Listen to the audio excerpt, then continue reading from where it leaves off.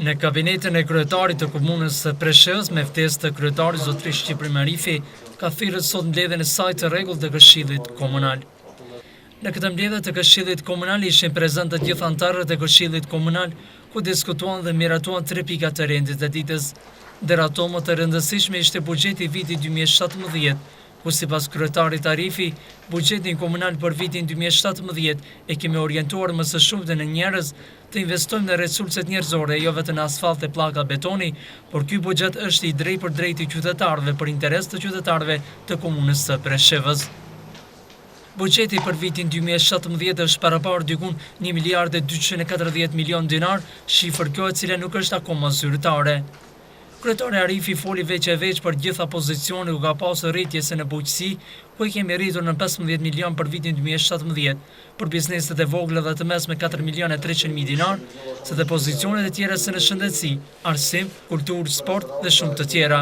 Sipas Arifit, ky është një buxhet mjaft i mirë dhe i hartuar mirë nga njerëz profesional, që ky buxhet është në interes të qytetarëve të komunës së Preshevës, i lidhur drejt për drejt me ta. Buxheti është aprovuar unanimisht. Gjithashtu kena pasur edhe pikën e themelimit të teatrit. Aty në kërkesës kemi shku dakord, edhe kena pru vendim që me aprovu kërkesën, por obligohet Shtëpia e Kulturës të ndërhyjë edhe në statutin e saj dhe të inkuadroje gjithashtu në përshkrimin e punës dhe teatrin, gjë e cila tani do të kaloje edhe me ndryshim statutit edhe në kuvend. Kjo është e dyta. Treta është edhe shqyrtimi i çështjes mirëmbajtjes së rrugëve. Ne jena në sezonën e dimrit tani më vetëm brenda. Ne kena tenderu mirëmbajtjen e dimrit. Mirëmbajtjen dimrore, më falni. Dhe ofertuesit të cilët kanë ofertuar aty nuk kanë qenë shumë si më thonë, nuk na e kanë plotësu kërkesat tona dhe kushtet të cilët i kena inkuadruar në atë tender.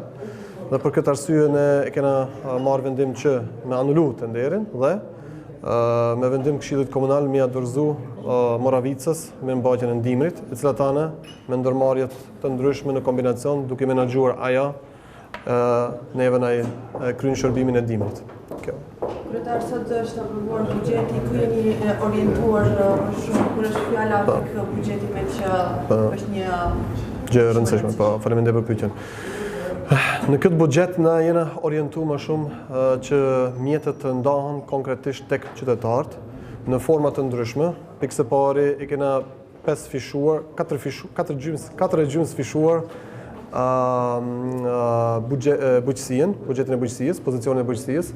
Ne kena inkuadruar si vjet një pozicion prej 15 milion dinar për bujqësinë, të cilët në programe të ndryshme kanë më realizuar. Pastaj gjithashtu kena inkuadruar edhe për bizneset lokale të vegjël dhe të mesme, 4 milion e 300 mijë dinar për vitin e ardhshëm, të cilët në programe të ndryshme, me grante të ndryshme, kanë më realizuar. Gjithashtu kena pasën edhe theksin e veçantë prap tek qytetari, i cili ka vështirësi socio-ekonomike, ku e kemi inkuadruar edhe pozicionin e Kryqit Kuq me kuzhinën popullore. Arsimin ashtu siç edhe me rebalans, siç e kemi përkrar, kena me përkrar edhe në vazhdimsi nëpërmjet notit dhe rritjes së pozicioneve të arsimit në përgjithësi për nevojat e tyre. Gjithashtu arsimin jemi duke përkrar në vitin e ardhshëm në lidhje me projektet me vendimin të cilën e ka pru qeveria për mjetet për renovimin dhe sanimin e objekteve shkollor të Ibrahim Kelmendit, të Skënderbeut dhe Vuk Karadžić, ku ne e kena shtu edhe kërkesën që të inkuadrohet edhe Shkolla Teknike Presheva, edhe Shkolla Selami Hallaçi Ruvic. E kena shtu, këto jena të prit vendim.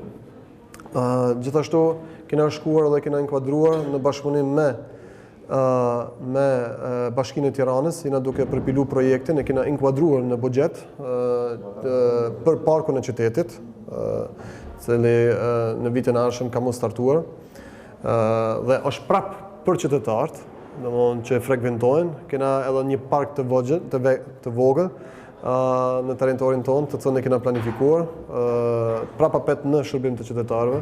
Ish tregu në Gjelbert e kena planifikuar që të menaxhohet pikë së pari edhe ndryshe, por edhe pikë së dyti edhe të bëhet një farë ndërhyrje, si me problemin e ujrave të cilët janë aty, por edhe me problemin e infrastrukturës aty, që të kemi vend parkinge aty, plus edhe tregun e Gjelbert, ditor aty, edhe këtë e kena inkuadruar.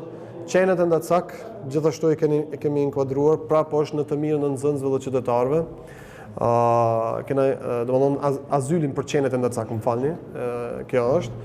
Pastaj kemi inkuadruar edhe një herë atë shtyllën ekonomike, e cila për neve është që të jetë zona industriale funksional pinga viti i ardhshëm, në bashkëpunim me Ministrinë e Ekonomisë dhe me trupin koordinues, kena dhënë mjete gjithashtu edhe ne për inicializimin e zonës industriale, e cila ka vlerën në vitin e ardhshëm për 102 milion dinar. Këtë kena bërë për arsye se ka kërkesa të shumta për nga bizneset si nga të huajt, por edhe ato lokale, vendore, të cilët dojnë të inicializojnë në zonën industriale një prodhim të ri, apo të zgjerojnë për ato të cilët janë këto nga bizneset ekzistuese. Gjitha këto na mujtemi ta përmbyllim se çiki buxhet është e para herë dhe këtë do ta shohim në Kuvent kur prezantohet edhe më gjerë.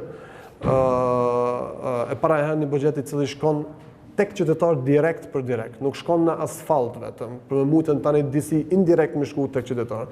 Po kësaj radhe është ndryshe dhe buxheti shkon direkt për direkt tek qytetarët me projektet inteligjente, të dizajnuar për të mirën dhe miqënien sociale. Kjo është ajo të cilën e kena dhënë theksin këtij viti. Këto pika të rinj të ditës lidhur me buxheti komunal për vitin 2017 do të diskutohen dhe miratohen në seancën e ardhshme të Kuventit komunal.